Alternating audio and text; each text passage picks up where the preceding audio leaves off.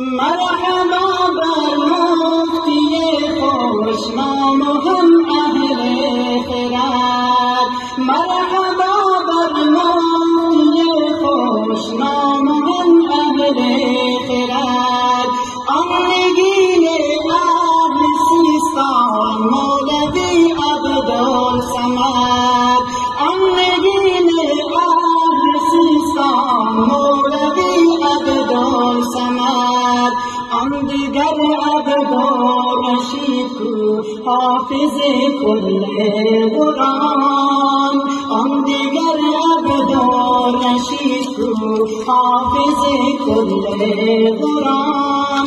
هم خطیب خوش کلام و نور چشم مومنان، هم خطیب خوش کلام و نور چشم مومنان.